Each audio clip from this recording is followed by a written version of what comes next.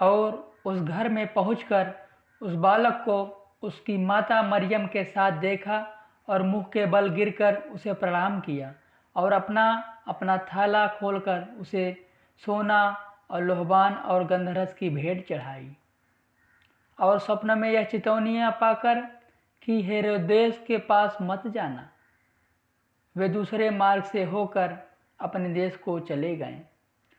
उनके चले जाने के बाद देखो, प्रभु के एक दूत ने स्वप्न में यूसुफ को दिखाई देकर कहा, उठ, उस बालक को और उसकी माता को लेकर मिस्र देश को भाग जा, और जब तक मैं तुझसे न कहूँ तब तक वहीं रहना, क्योंकि हेरोदेस इस बालक को ढूंढने पर है कि वे उसे मरवा डालें।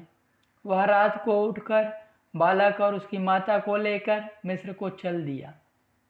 जब हेरोदेस ने देखा कि ज्योतिषियों ने मेरे साथ ठट्ठा किया है, तब वह क्रोध से भर गया और लोगों को भेजकर ज्योतिषियों से ठीक ठीक पूछे हुए समय के अनुसार बैतलहम और उसके आसपास के सब लड़कों को जो 2 वर्ष के व उससे छोटे थे मरवा डाला। तब जो वचन यिर्मयाह भविष्यवक्ता के द्वारा कहा गया था वह पूरा हुआ कि रामाह में एक करुणनाद सुनाई दिया, रोना और बड़ा विलाप।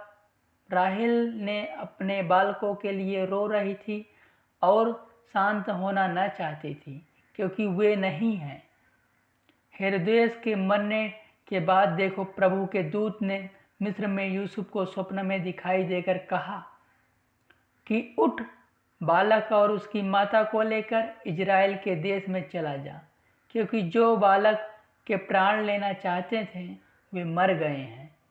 वह उठा और बालक और उसकी माता को साथ लेकर इजराइल के देश में चला गया।